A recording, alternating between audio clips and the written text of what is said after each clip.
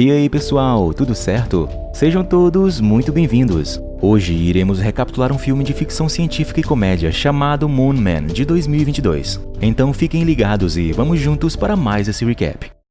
Em um futuro próximo, onde um asteroide massivo está avançando em direção à Terra e ameaçando extinguir a humanidade, a comunidade internacional se uniu para uma operação chamada NMS, liderada pelo governo chinês, com o objetivo de lançar um grupo de supermísseis nucleares de uma grande base na superfície da Lua. O plano é usar esses mísseis para despedaçar o asteroide e usar a Lua como escudo para assim impedir que os destroços restantes atinjam a Terra.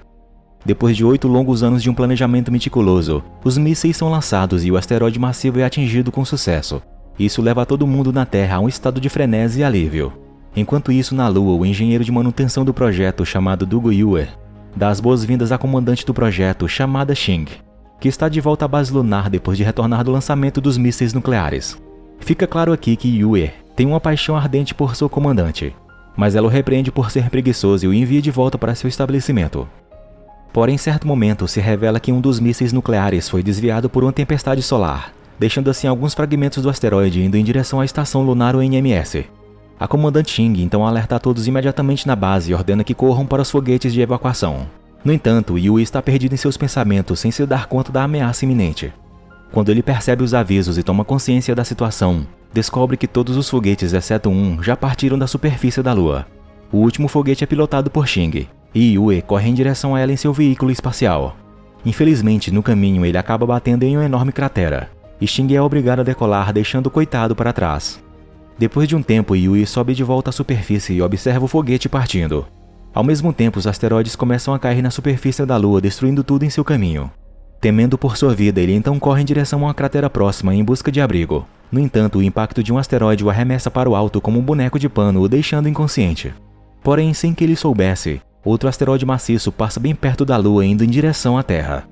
Yue logo recupera a consciência e, enquanto começa a xingar seus colegas por tê-lo deixado para trás, finalmente nota o grande asteroide em curso de colisão com a Terra. Logo em seguida, um brilho intenso ofusca seus olhos, mostrando que o gigantesco asteroide colidiu com a Terra, assim aniquilando uma grande parte da superfície do planeta. Desolado, Yue imediatamente corre de volta para a base lunar e tenta pedir ajuda. No entanto, todas as suas tentativas de contato humano são recebidas somente com silêncio. Vários dias se passam e agora a Terra se mostra um planeta tenebroso devido ao cataclisma que a atingiu. E agora fica claro para Yue que há a possibilidade dele ser o único sobrevivente humano no universo. Ele entra em desespero e começa a homenagear seus amigos caídos. A única coisa que lhe resta ali é a comida, que é o suficiente para durar pelo menos 80 anos. Certo dia, ele decide ir ao quarto de sua paixão, a comandante Xing. A solidão ali o enlouquece e ele marca um encontro com a figura de Xing que ele mesmo fez. E após a refeição, ele se agarra à figura. Enquanto isso, é revelado que alguns humanos conseguiram sobreviver ao asteroide, e o que restou da humanidade está refugiada em uma base subterrânea, incluindo os colegas de Yue e a comandante Xing. Com uma conexão restabelecida com a base lunar, eles assistem constrangidos e Yue enlouquecer e se agarrar à figura dela. Eles se sentem envergonhados por suas ações, mas o presidente do projeto sente que devem estabelecer contato com Yue. Ele quer transmitir a história da sobrevivência de Yue para todos os vivos na Terra, para que possam ter um vislumbre de esperança e combater as terríveis condições de vida que estão enfrentando. No entanto, o único problema é que o impacto do asteroide destruiu o único link de comunicação entre Yue e a base na Terra. De volta à base lunar, Yue nota um pacote de comida rasgado no chão. Ele fica surpreso e com dúvida, pois não se lembra de tê-lo aberto.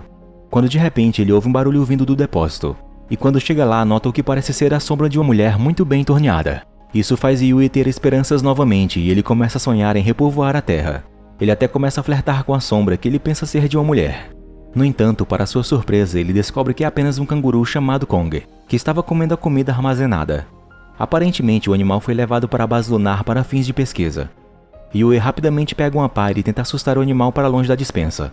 Para sua falta de sorte, isso só agita o canguru e ele dá uma surra em Yue. Incapaz de vencê-lo com força física, Yue tem uma ideia e se veste como uma fêmea de canguru para tentar seduzir Kong. O truque funciona por um tempo, mas logo acaba dando errado quando o canguru fica excitado e tenta ter relações com ele. No processo, Kong derruba a fantasia de Yue, expondo ele. Isso enfurece ainda mais o canguru e ele chuta Yue para longe. Enquanto todos na Terra assistem atônitos, o teimoso Yue pega sua metralhadora e dispara indiscriminadamente em Kong com bolas de plástico. Kong parece recuar, mas depois de um tempo, ele volta e espanca Yue continuamente. Depois de horas de altos e baixos, a luta chega ao fim quando ambos se nocauteiam no chão.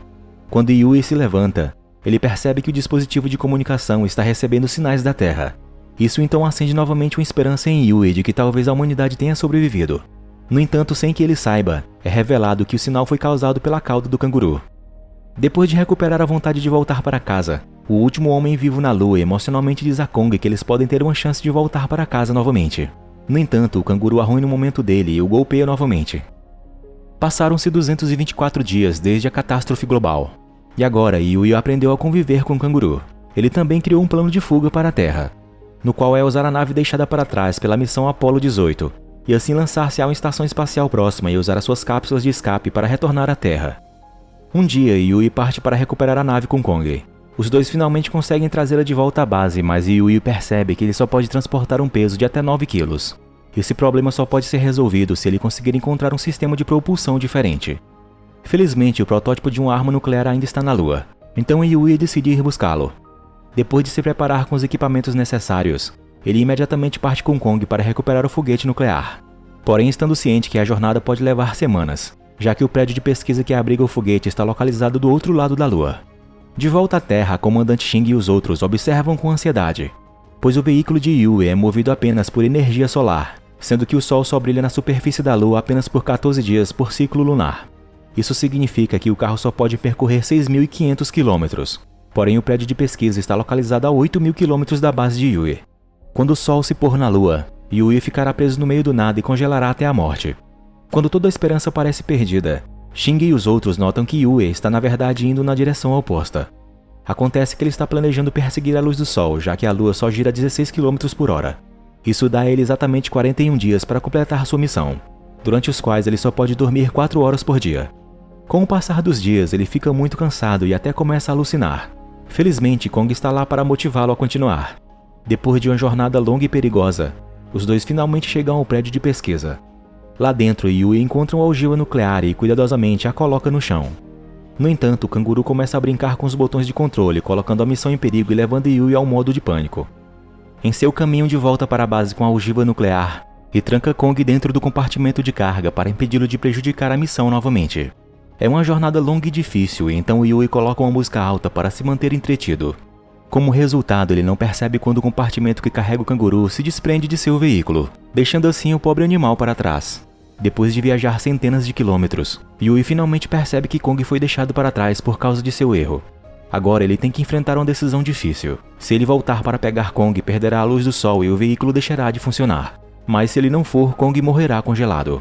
Yui medita por um tempo e decide finalmente voltar e recuperar o canguru, colocando sua própria vida em risco.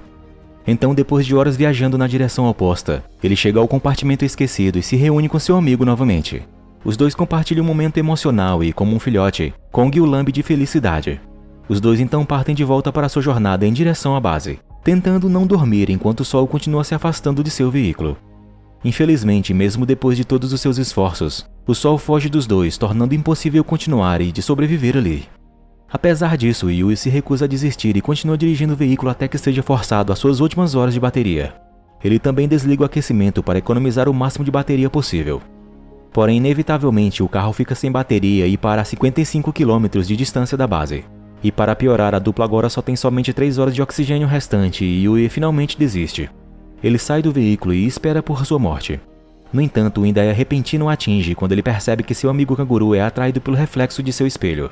Ele então rapidamente arranca a porta de seu veículo e a transforma em um trenó que será puxado por Kong. Yui então emite feixes de luz na frente do canguru para fazê-lo persegui-lo. O truque até que funciona e ele começa a deslizar pela superfície da lua como se fosse na neve. Depois de um tempo, os dois se deparam com uma cratera gigante. Porém, Yui novamente se recusa a desistir e instrui Kong a saltar sobre ele. Ao voarem sobre o enorme buraco, ele libera o tanque de gás em suas costas, o que lhes dá impulso suficiente para chegarem do outro lado e eventualmente à base. De volta à Terra, o presidente do projeto transmite a jornada de Yui para os outros humanos restantes e isso lhes dá coragem e esperança para a sobrevivência da humanidade. Na Lua, Yui traz de volta a grande ogiva e se prepara para voltar para a Terra. Desconhecido por ele, é revelado que um segundo asteroide está a caminho da Terra. Mais tarde, Yui recebe um outro sinal e se torna esperançoso de que os humanos sobreviventes estejam tentando entrar em contato com ele.